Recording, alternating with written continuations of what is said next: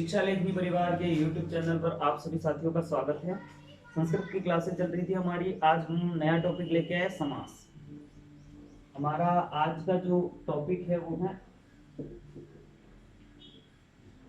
समास।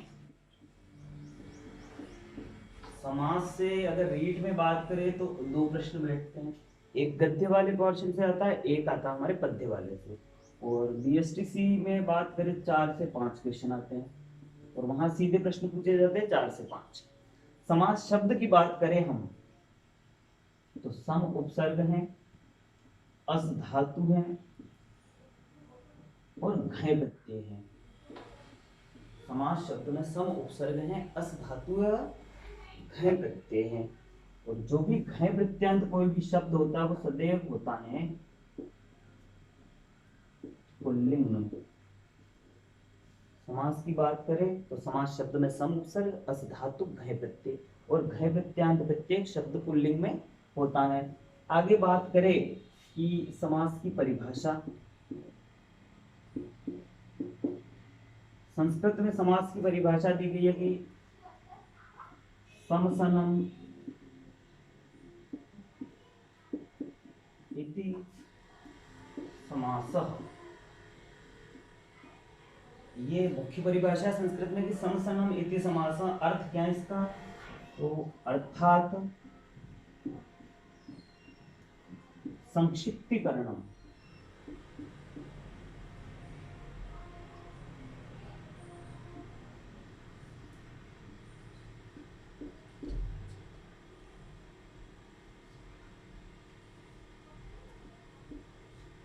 अर्थात संक्षिप्तीकरणम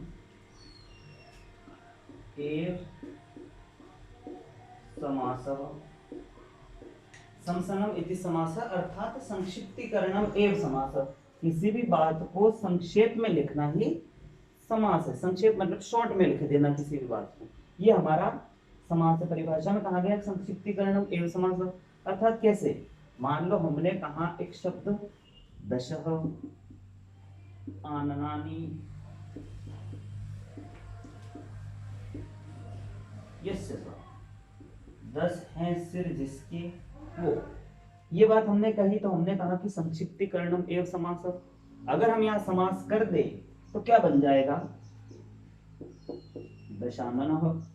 तो हमने इस पूरी बात को इतने से शॉर्ट में निपटा दिया। तो यही क्या है? हमारा समास है।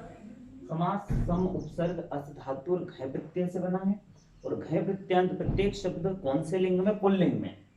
परिभाषा की बात करें तो समसनम इति समासः अर्थात संक्षिप्तीकरणम एव समासः। किसी बात को संक्षेप में लिखना ही समास है। जैसे उदाहरण की बात हमने करी, दश आननानि यस्य, ये हमारा एक पद है, उसको जब हमने समास किया तो उसका बना दशानन। तो यही है कि शॉर्ट में लिख लेना किसी भी बात को, वो समास है। तो आगे बढ़े हम समास में। यहाँ तक हमारे सामान्य बातें हो गई। यहाँ से प्रश्न उठ सकते हैं बीएसटीसी वालों के।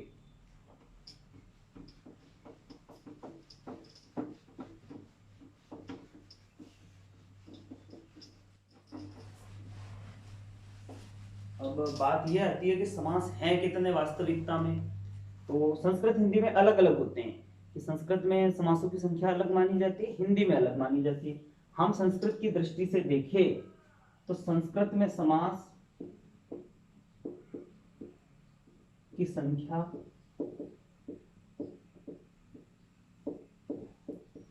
5 है या पंच है। वो पूछता है कि बीएसटीसी वालों समासः कति था, तो समास कितने? 5 है संस्कृत में। कौन कौन से? पहला है केवल समास। केवल समास केवल संस्कृत में गिना जाता है। इसमें कोई ज्यादा इसके उदाहरण भी नहीं मिलते, 2-3 विशिष्ट उदाहरण हैं इसके। दूसरे की बात करें तो तत्पुरुष समास, तत्पुरुष समास। तीसरा है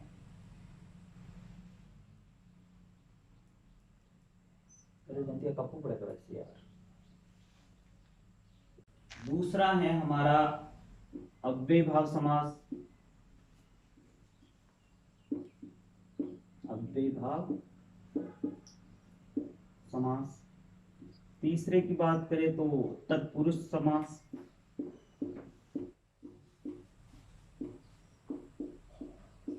चार नंबर द्वंद्व समास।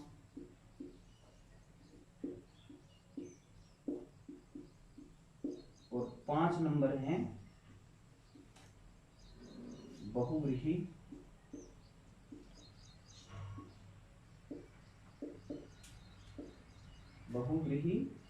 समास।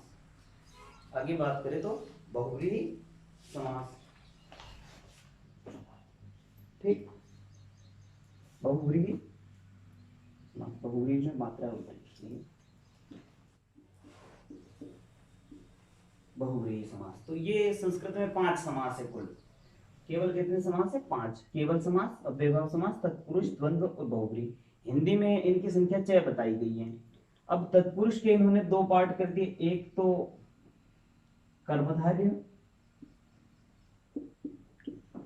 और एक है द्विगु। ये जो 2 उपभेद होते हैं वो तत्पुरुष के माने गए। हिंदी में इन दोनों को अलग माना जाता है और केवल समास को छोड़ दिया जाता है, और बाकी 4 और ये 2 मिला के 6 समास माने जाते हैं। जबकि संस्कृत में देखा जाए तो हमारे केवल 5 समास हैं। कर्मधारय और द्विगु को तत्पुरुष का ही भेद मानते हैं। अब आगे बात करें कि इनकी परिभाषाएं क्या है। तो पहला केवल समास देखिए, तो केवल समास की परिभाषा में कहा कि विशेष संज्ञा विनिर्मुक्तः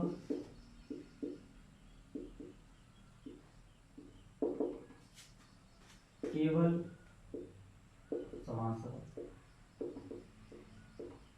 जिसमें किसी प्रकार की विशेष संज्ञा ना हो वो क्या है? केवल समास। ये सीधे सीधे परिभाषा पूछता है कि विशेष संज्ञा विनिर्मुक्तः कः समासः, तो केवल समासः। आगे बात करें अव्ययीभाव, तो प्रायः पूर्व पद प्रधान अव्ययीभाव। प्रायः जिस समास में पूर्व पद यानी कि पहले वाला पद प्रधान हो वो अव्ययीभाव समास है। तत्पुरुष की अगर बात करें, इसके 2 भेद है, द्विगु कर्मधारय, वो हम तत्पुरुष में विस्तार से चर्चा करेंगे इन पर। तत्पुरुष की बात करें तो प्रायः उत्तर पद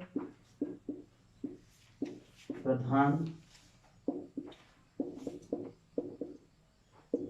तत्पुरुष, प्रायः उत्तर पद प्रधान तत्पुरुष। तो तत्पुरुष समास में होता है प्रायः उत्तर पद प्रधान। केवल समास में विशेष संज्ञा से विनिर्मुक्त केवल समास हो गया। अव्ययीभाव समास में प्रायः पूर्व पद प्रधान होगा, और तत्पुरुष समास में उत्तर पद प्रधान होगा। द्वंद्व की बात करें तो प्रायः उभय पद प्रधान। उभय पद, उभय का मतलब होता है दोनों, जहां पूर्व भी और उत्तर भी दोनों पद जहां प्रधान हैं वो कौन सा समास है? हमारा प्रधान द्वंद्व समास। बहुव्रीहि की बात करें तो पहले में हो गया विशेष संज्ञा से विनिर्मुक्त, दूसरा हो गया पूर्व पद प्रधान, तीसरे में हो गया उत्तर पद प्रधान, और चौथे में हो गया उभय पद प्रधान। और बहुव्रीहि की बात करें तो प्रायः अन्य पद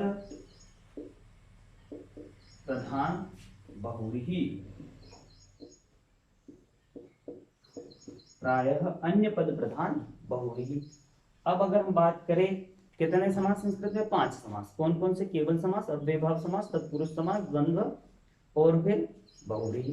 अलग अलग बात करें, केवल समास क्या है? तो विशेष संज्ञा से विनिर्मुक्त जो है वो केवल समास है। अव्ययीभाव समास में कौन सा पद प्रधान रहेगा? तो पूर्व पद प्रधान रहेगा। तत्पुरुष में उत्तर पद प्रधान रहेगा। द्वंद्व में उभय पद अर्थात दोनों पद प्रधान रहेंगे, और बहुव्रीहि में अन्य पद प्रधान। तो बीएसटीसी में यहीं से प्रश्न उठ जाते हैं कि पूर्व पद प्रधान कौन सा समास होता है? अव्ययीभाव समास। उत्तर पद प्रधान कौन सा समास होता है? तो तत्पुरुष। उभय पद प्रधान कौन सा समास होता है? तो द्वंद्व। अन्य पद प्रधान वाला बहुव्रीहि। तो बीएसटीसी वालों के यहाँ से सवाल उठ जाते हैं पहले क्वेश्चन, मतलब 4 से 5 क्वेश्चन आते हैं, तो उनमें से 1 2 क्वेश्चन यहाँ तक आ जाते हैं। अब अगर हम आगे बात करें विस्तार से केवल समास से हम प्रारंभ करते हैं धीरे धीरे। केवल समास के कुछ ज्यादा उदाहरण हमें मिलते नहीं है, कुछ एक बातें जो गिनी चुनी है केवल समास के बारे में वो हम देख लेते हैं। तो ये लिख लेना या फिर स्क्रीनशॉट ले लेना।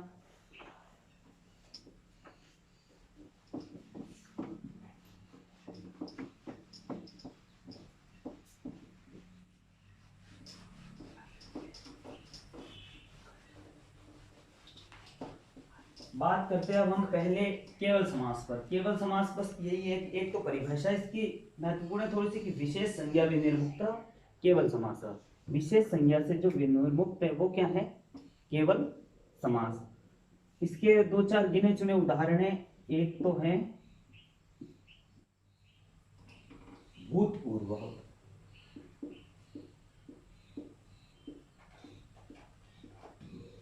विग्रह है इसका पूर्वम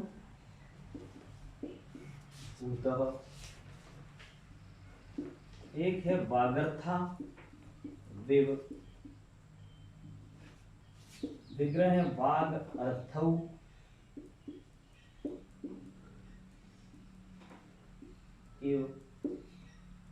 एक है अभूतपूर्व,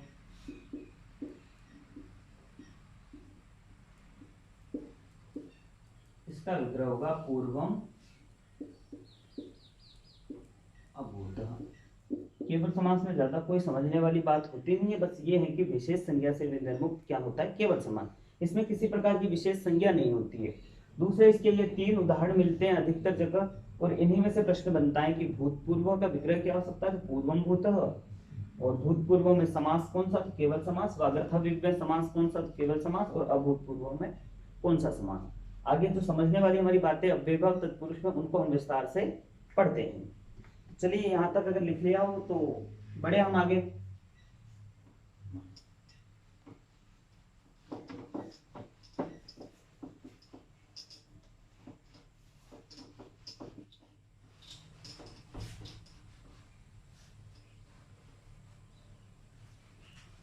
अब हम बात करते हैं अव्ययभाव समास की, जहां से प्रश्न भी बढ़िया बनते हैं और समझने की बातें कहीं ज्यादा हैं। दूसरे नंबर का समास हमारा अव्ययभाव समास। अव्ययभाव समास में हमने एक बात देखी थी कि पद कौन सा? पूर्व पद। प्रधान कौन सा होगा? पूर्व पद। दूसरी बात करें तो इसका जो पूर्व वाला पद होगा, कौन सा पूर्व वाला था? अर्थात पहला पद क्या होगा? अव्यय। पहला पद अव्यय होगा, ठीक।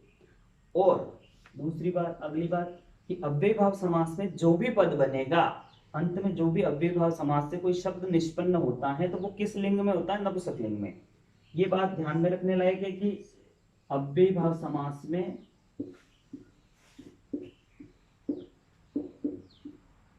निष्पन्न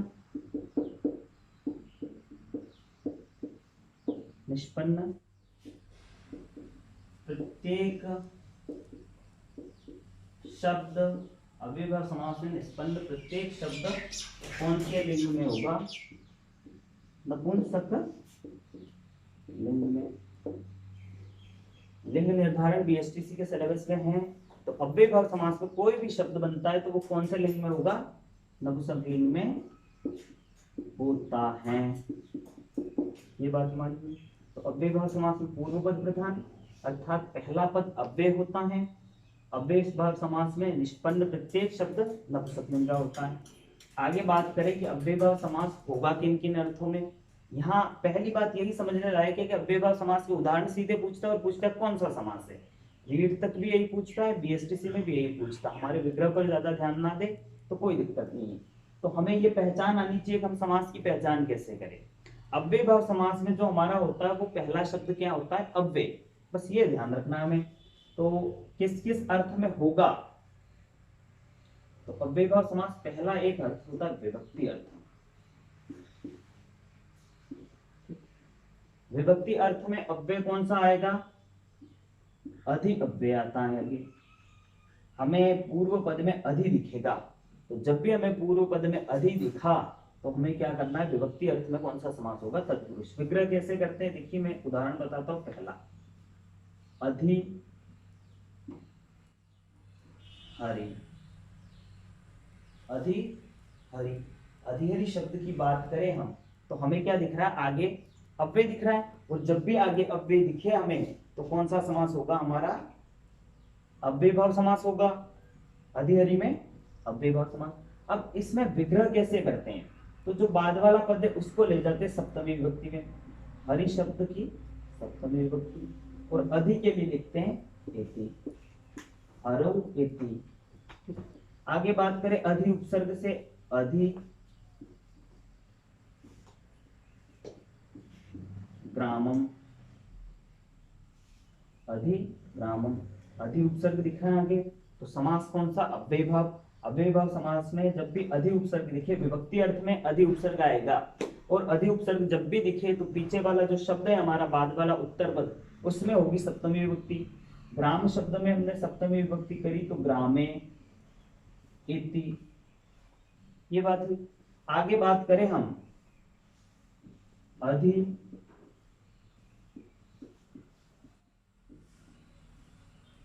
स्त्रियाम, अधि स्त्रियाम, अधि स्त्रीम होता है, अधि स्त्रीम, ठीक। अधि उपसर्ग है, समास कौन सा हमारा, अव्यय भाव समास। किस अर्थ में, विभक्ति अर्थ में। और जब भी विभक्ति अर्थ में होगा तो अधि के लिए तो हम लिखते हैं इति, और शब्द है स्त्री शब्द, और स्त्री शब्द से जब भी अपने विग्रह होता है सप्तमी विभक्ति में एक वचन में जाएगा तो स्त्रियाम इति। तो अव्यय भाव समास में हमने क्या बात करी कि पूर्व पद प्रधान रहेगा, पहला पद अव्यय होगा। अव्यय भाव समास में निष्पन्न प्रत्येक शब्द कौन से लिंग का होता है, नपुंसकलिंग। और विभक्ति अर्थ में जब अव्यय भाव समास होता है तो क्या आएगा, उपसर्ग हमारा आगे जो अव्यय होता है वो अधि आएगा, और अधि से निष्पन्न प्रत्येक शब्द अव्यय भाव समास का होगा। और जब भी अधि उपसर्ग आएगा तो अधि के लिए तो हम विग्रह में इति लिख देते हैं, और जो भी हमारा शब्द आ रहा है उसको हम सप्तमी विभक्ति एक वचन में ले जाते हैं, जैसे हरौ इति, ग्रामे इति, स्त्रियाम इति। तो यहां तक नोट करिए, आगे हम बढ़ते हैं।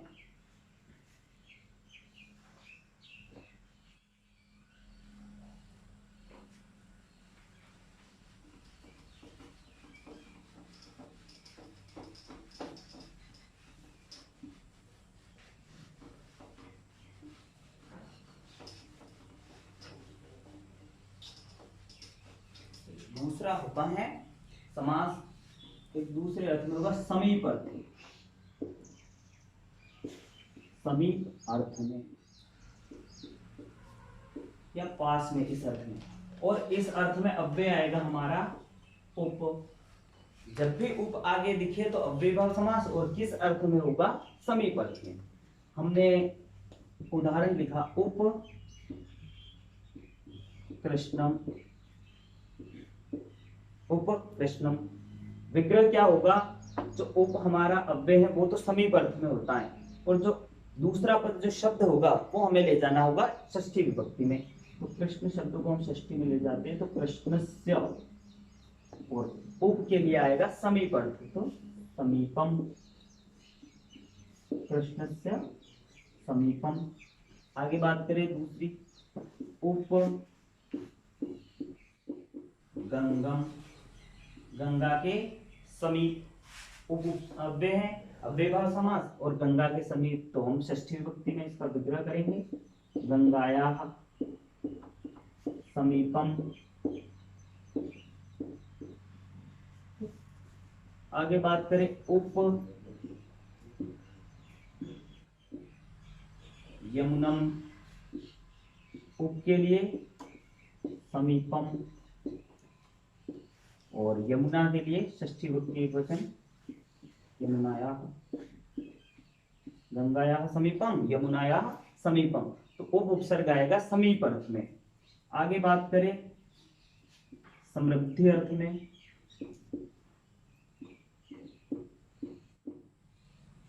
समृद्धि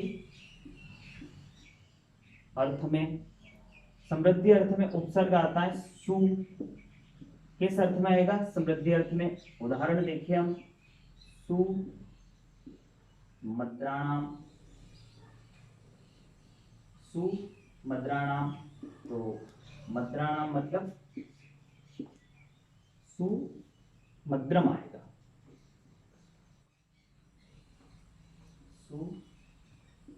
सुमद्रम। ठीक, सु अव्यय दिख रहा है आगे, समास अव्यय भाव, और षष्ठी बहुवचन में बनेगा विग्रह मद्राणाम समृद्धि। आगे बात करें हम चौथे नंबर पे, तो वृद्धि अर्थ में, वृद्धि अर्थ में उपसर्ग आएगा दुर, दुर्दशा के अर्थ में दुर उपसर्ग आएगा। जब भी दुर अव्यय आगे आ गया या उपसर्ग आगे आ गया तो हमें कौन सा समास मानना? हमारा अव्यय भाव।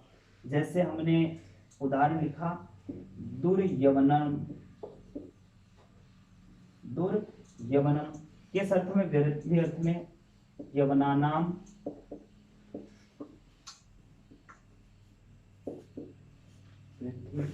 तो इन अर्थों में क्या होगा? अव्यय भाव समास होगा।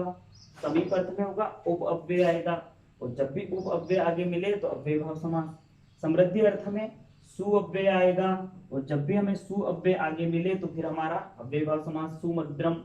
वृद्धि अर्थ में दुर दिखेगा, तो दुर जब भी आगे दिखे तो भी अव्यय भाव समास। तो यहां तक स्क्रीनशॉट ले लीजिए, आगे बढ़ते हैं हम।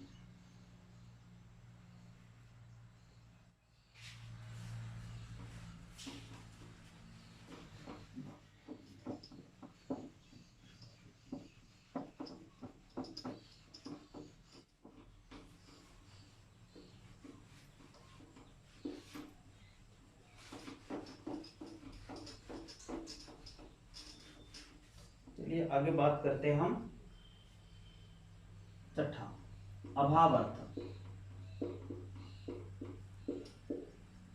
अभाव अर्थ में अव्यय आएगा निर, कौन सा? निर। उदाहरण देखिए हम, तो निर मक्षिकम, निर अव्यय का प्रयोग होगा अभाव अर्थ में, तो मक्षिका होगा अभाव। विग्रह करेंगे तो मक्षिकाणाम अभाव।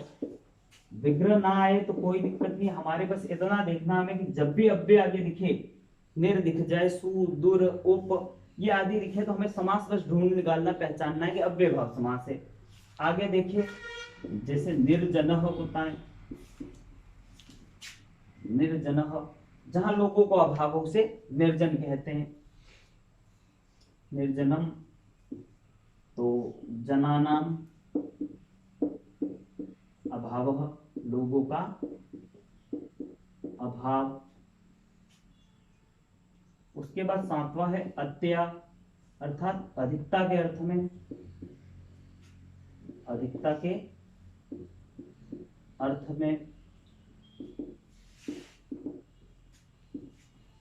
उपसर्ग होगा अति। उदाहरण की बात करें हम, तो अति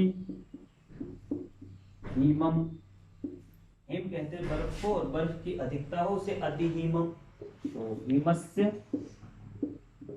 अत्याह। तो जब भी हमें आगे अति दिखे तो कौन सा समास? हमारा अव्यय भाव समास। आगे बात करें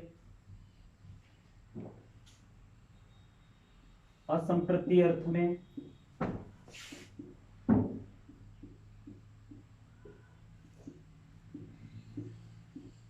असंप्रति अर्थ में, असंप्रति अर्थ में भी यही होगा, कौन सा उपसर्ग होगा? अति, यही होगा, और इससे बनता है अति निद्रम। विग्रह होता है निद्रया। संप्रति न निज्यते। तो इसी प्रकार अनेक अर्थों में अव्यय भाव समास होता रहेगा। हमारे 16-17 अर्थ हैं, तो हम सामान्य सी अगर सीधी सी हमारी बात करें तो जब भी हमें आगे अव्यय दिखे, उपसर्ग भी सारे जो 22 उपसर्ग है वो अव्यय कहलाते हैं, तो हमें उपसर्ग भी कभी दिख जाए आगे कुछ एक कंडीशन में छोड़कर जो हम कर्मधारय में पढ़ लेंगे। कौन सी कंडीशन? जैसे सुपुत्र, कुपुत्र, कुपुरुष, सुपुरुष आदि जहां अव्यय हमें मिलेंगे, तो जब भी अव्यय अथवा उपसर्ग हमें आगे दिखे तो हमारा समास कौन सा होगा? अव्ययभाव। बस ये बात हमें ध्यान में रखनी है। बाकी इसके अर्थ देखो तो बहुत सारे अर्थ निकलेंगे, इसके अलावा भी अव्यय आएंगे। जैसे मैं कुछ एक अव्यय लिखवा देता हूं। 90 में अनु उपसर्ग आएगा आपके, प्रति आएगा, सु आएगा, स आएगा। तो ये सारी चीजें जब भी आए हमें, उसके पहले हमने ये पढ़ लिया, निर पढ़ लिया, अति पढ़ लिया, उप पढ़ लिया, अधि पढ़ लिया। तो अगर ऐसे कोई भी शब्द आते हैं आगे तो हमारे समास कौन सा? अव्ययभाव समास। समास में बस हमें पहचान आनी चाहिए कि किस प्रकार कौन सा समास हो रहा है। इसके अलावा एक जो स्पेशल कंडीशन है जहां पर अव्ययभाव समास होता है, यहां तक स्क्रीनशॉट ले लीजिए, वो अधिकतर क्वेश्चन वहां से बन जाता है। हमने एक समास पढ़ रखा है द्विगु, लगभग कई दफा हमारे पढ़ा हुआ होता है। उसमें ये होता है कि जब भी कोई संख्या आगे आए तो द्विगु समास होता है। ये हमारे माइंडसेट क्लियर रहता है कि जब भी कोई संख्यावाची शब्द आ रहा है तो फिर अव्ययभाव समास। लेकिन अगर हम बात करें, एक कंडीशन है हमारे यहाँ अव्ययभाव समास में हमें दे रखी है कि एक सूत्र दिया है, नदीभिश्च।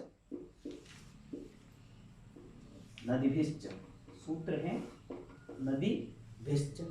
अब जब भी हमने द्विगु समास हम पढ़ते हैं, द्विगु में हमारी सीधी पहचान ये बताई जाती है कि आगे संख्या दिखेगी, पीछे संज्ञावाची शब्द दिखेगा। किसी की वस्तु, व्यक्ति या स्थान आदि का नाम पीछे मिल जाएगा और उससे पहले आगे हमें संख्या मिल जाएगी, 1 से लेके कोई भी संख्या हो आपके, 100 तक, 1000 तक।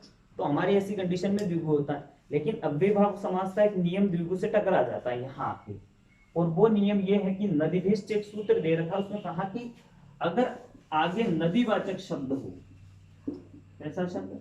नदीवाचक शब्द, प्लस बाद में क्या हो? संज्ञा, अर्थात किसी वस्तु, व्यक्ति अथवा किसी का भी नाम। जब भी ये कंडीशन होती है, एक संख्या आगे और संज्ञा बाद में, तो फिर द्विगु। लेकिन अगर आगे संख्या है, आगे संख्या है और उसके बाद में क्या हो? नदीवाचक शब्द। क्या हो? नदीवाचक शब्द। नदीवाचक अर्थात नदी का नाम हो या फिर जिससे हमें पता चले कि ये नदी है, तो फिर उस कंडीशन में हमारा समास कौन सा हो जाएगा? अव्ययी भाव। बाकी हर जगह पर आपके जहां भी संख्या है आप द्विगु करिए, कोई दिक्कत नहीं है। लेकिन यहाँ एक नियम बीच में पड़ जाता है कि जब भी आगे संख्या हो और उसके बाद किसी नदी का नाम हो तो फिर हमारा कौन सा समास होगा?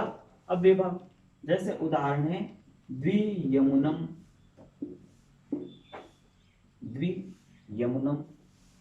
अब बात करें, आगे संख्या दिख रही है तो हमारा सीधा फोकस जाएगा द्विगु पर। लेकिन हमने पीछे देखा कि क्या दे रखा है? यमुनम, जो यमुना नदी का नाम है, तो फिर हमारा समास कौन से में आ जाएगा? अव्ययभाव में। विग्रह होगा द्वयोः, यमुनयोः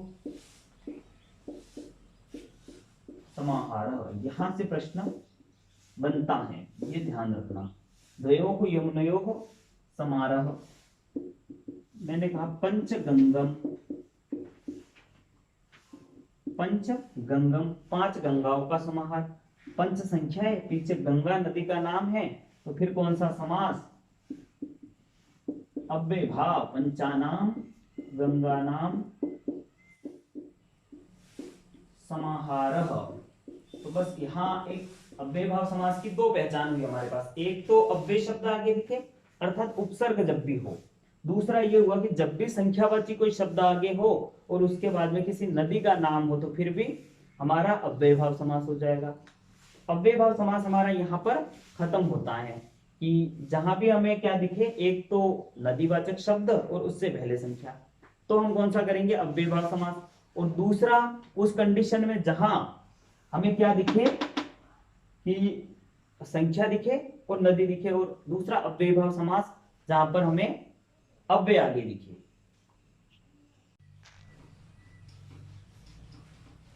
आगे हम बात करें, अव्ययभाव समास हमारा हो गया। आगे बात करते हैं तत्पुरुष की। समास है अगला हमारा तीसरा केवल समास हो गया, केवल समास विशेष संज्ञा से भी निरूप। अव्ययभाव समास में पूर्व प्रधान, और अगर पहचान देखें तो आगे अव्यय शब्द मिलेगा, और दूसरा होगा कि संख्या प्लस नदी मिल जाएगी। संख्या प्लस कोई संज्ञा मिले तो फिर द्विगु में जाएंगे हम, और संख्या प्लस नदी मिल जाए तो हम जाएंगे अव्ययभाव में। अब बढ़ते हैं हम तत्पुरुष की ओर। तीसरा नंबर हमारा तत्पुरुष।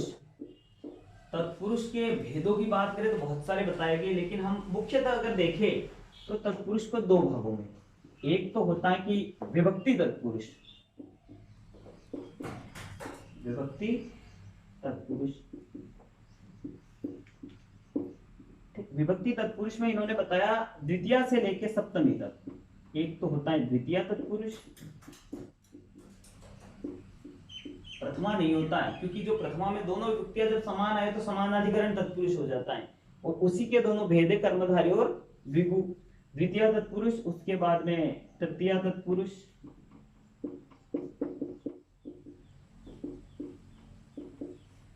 चतुर्थी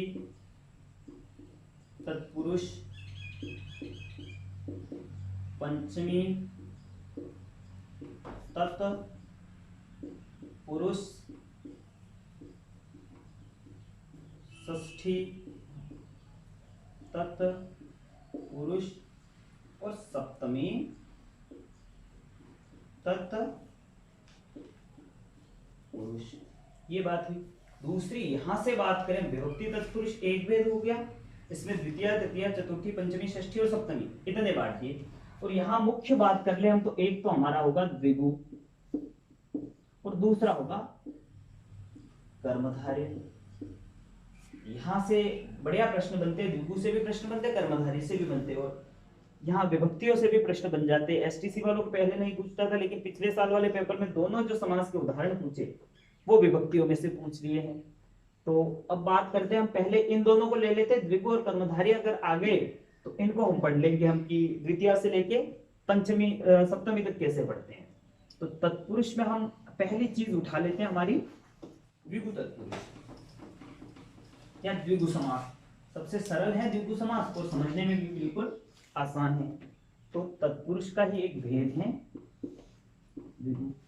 तत्पुरुष समास में अगर बात करें पद कौन सा प्रधान होता, उत्तर पद, वो हमने पहले देख लिया है। आगे बात करें द्विगु समास, द्विगु में पहचान कैसे करोगे? आगे तो आएगी संख्या, अर्थात 1 2 3 4 5 6 7 8 9 10 उनमें से कोई, और बाद में आएगी संज्ञा, कोई भी संज्ञा। अगर संज्ञा की जगह नदी का नाम हो तो फिर अव्ययभाव समास, लेकिन संख्या के बाद संज्ञा है तो फिर हमारा द्विगु समास। उदाहरण अगर हम देखें तो सप्तऋषि, क्या कहा? सप्तऋषि, 7 ऋषियों का समूह। विग्रह करें तो सप्तानाम ऋषिणाम समाहार। बस हमें क्या दिखना चाहिए? हमारे संख्या दिखनी चाहिए आगे। अगर संख्या दिख रही है तो फिर द्विगु। बस एक कंडीशन स्पेशल ध्यान रखना का, संख्या के बाद यदि नदी दिख रही है तो फिर हम अव्ययभाव में जाएंगे। बाकी जहां भी आपको जैसे नवरात्र, नव संख्याएं, रात्रि शब्द दे रखा है तो फिर कौन सा समास हमारा? द्विगु। नवानाम रात्रिनाम समाहार। आगे बात करें पंचवटी, पंच क्या है? एक संख्या है, तो फिर कौन सा समास? द्विगु। अगर पीछे नदी होती तो अव्ययभाव में जाते। विग्रह करे पंचानाम वटानाम समाहारः। पंचानाम वटानाम समाहार, 5 बरगदों के पेड़ों का समूह। बात करें त्रिलोकी, त्रिलोकी त्रि संख्या है, लोक शब्द है, समास कौन सा हमारा? द्विगु। त्रिलोकी का विग्रह होगा त्रयाणाम लोकानाम समाहारः। तो ये हुआ हमारा द्विगु समास। बस सीधी सी बात है कि जहां भी संख्या दिख जाए तो सीधे द्विगु पे चले जाना है। लेकिन एक कंडीशन ध्यान रखिए कि संख्या के बाद नदी दिख रही है तो फिर अव्यय भाव पर जाएंगे। कोई और उदाहरण की बात करें हम, नवरात्र हो गया, सप्तऋषि हो गया, और बाकी जो भी उदाहरण में जहां भी संख्या दिखे ऐसे उदाहरण मिल जाए तो वहां हमारा कौन सा समास होगा, तत्पुरुष का जो भेद है द्विगु समास। ठीक, अब बात करें द्विगु में बस यही है कि संख्या प्लस संज्ञा दिखेगी। आगे बात करते हैं कर्मधारी समास की।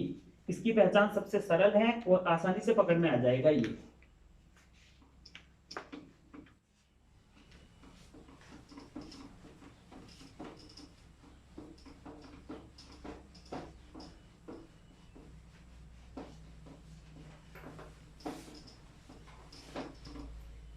ठीक है, तो द्विगु वाला ये हुआ कि संख्या दिखेगी।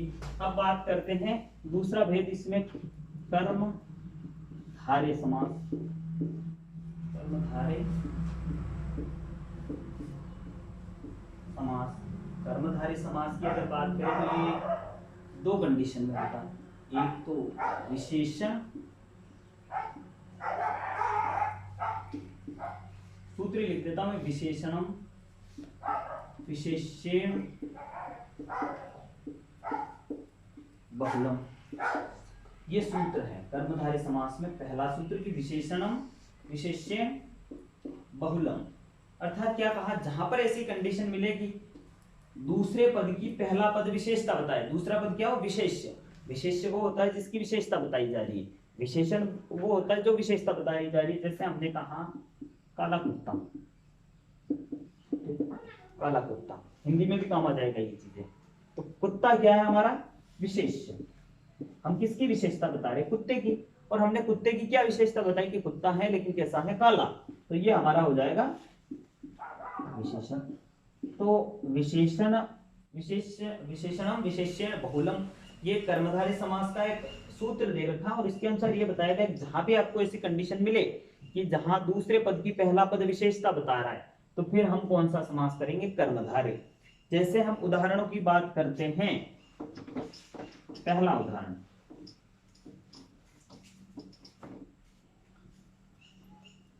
कृष्ण सर्प। सर्प कहते सांप को, कृष्ण कहते काले को, तो काल्या सांप। विग्रह करेंगे कृष्णश्च असौ सर्पः, कृष्ण सर्प या फिर कृष्णम सर्प, ये भी कह देते कृष्णम सर्प। सीधा विग्रह करते हैं हम, तो हमारा विग्रह होगा कृष्णम सर्प, या काला है जो सांप, तो फिर वहां भी होती है। दूसरा उदाहरण, नीलम उत्पलम, होता है नीलोत्पलम, नीलोत्पलम। विग्रह करें नील धन उत्पल, नील कहते हैं नीले को और उत्पल कहते हैं कमल को, तो कैसा कमल है, नीला कमल। विग्रह करें नीलम उत्पलम, नीला कमल। तो दोनों ही जगह पर विशेषता वाली बात हो रही है। आगे बात करें पीत वस्त्रम।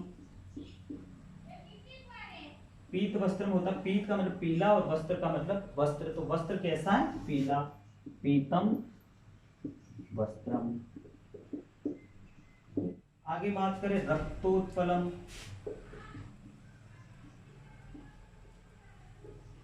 रक्तधन उत्पलम, कैसा, लाल कमल, तो रक्तम उत्पलम। तो जहां भी हमें विशेषण और विशेष्य देखे, ऐसा दिखे कि पद हमें एक दूसरे की विशेषता बता रहे या फिर ये मामला दिखे, तो फिर कर्मधारय समास होगा। आगे बात करें जैसे गोरमुखम, गोरमुखम, मुख तो है लेकिन कैसा है, गोरा, तो गोरम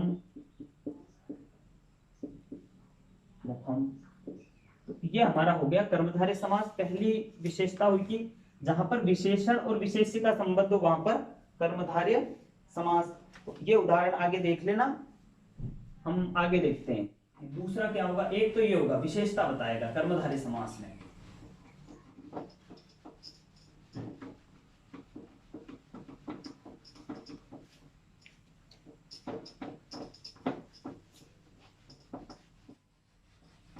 आगे बात करते हैं दूसरा। अगला एक सूत्र जो कर्मधारय समास का होता है वो है उपमानानि सामान्य वचनैः। पहला बात यह होगी विशेषण और विशेष्य का संबंध हो। दूसरा कहा कि उपमान और उपमेय का संबंध हो। उपमान और उपमेय का संबंध ये क्या होता है कि जहां एक चीज का दूसरी चीज से तुलना की गई हो। कहते हैं जैसे चंद्रमुखम या चंद्रमुखी कहते हैं, मुख है लेकिन कैसा है, चंद्रमा के समान। तो यहाँ पर विशेषण विशेष्य वाला मामला हो गया कि मुख की विशेषता या तुलना किससे की गई है, चंद्रमा से। कैसा मुख है, चंद्रमा के समान। तो जब भी ऐसा कंडीशन आए हमारी, तो हम कौन सा समास करेंगे, हमारा कर्मधारय समास। जैसे उदाहरणों की हम बात करें, पहला उदाहरण है घनश्यामः। घनश्यामः, घन कहते बादलों को और श्याम कहते हैं काले रंग को। तो कैसा है, घन इव श्यामः, बादलों के जैसा काला। आगे बात करें हम घनश्याम की बात,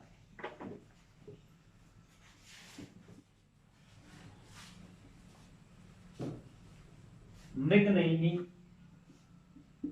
मृगनयनी या फिर मृगनयनम। तो आंखें तो हैं लेकिन कैसी हैं, मृगनयनम देखते हैं, मृगनयनम। तो आंखें तो हैं लेकिन कैसी हैं, हिरण के समान। तो विग्रह करें मृग इव नयनम, मृग के समान नयन। चंद्र मनोहर, मन को हरने वाला तो है लेकिन कैसा है, चंद्रमा के समान। तो विग्रह करें चंद्र इव मनोहर। तो जहां पर भी एक दूसरे की तुलना की जाए तो वहां भी हमारा कौन सा, कर्मधारय समास। चंद्र मनोहर हुआ, मृगनयन हुआ, घनश्याम हुआ, कर्पूर घोरम। एक उदाहरण था कर्पूर घोरम। घोर तो हैं लेकिन कैसे हैं, कर्पूर, कपूर के समान। तो विग्रह करें कर्पूर एवं घोरम। तो कर्मधारय समास की दो बातें हुई कि एक में तो ये होगा कि विशेषण और विशेष्य बताए जाएंगे, दूसरे में ये होगा कि उपमा और उपमेय का संबंध होगा, जहां एक की दूसरे से तुलना की जाए। पहले में विशेषता बताई जाएगी। तो अगर हम समास देखें तो 5 समास संस्कृत में। पहला समास केवल समास, विशेष संज्ञा से निर्मित, और उसके कुछ 2-3 गिने चुने उदाहरण है।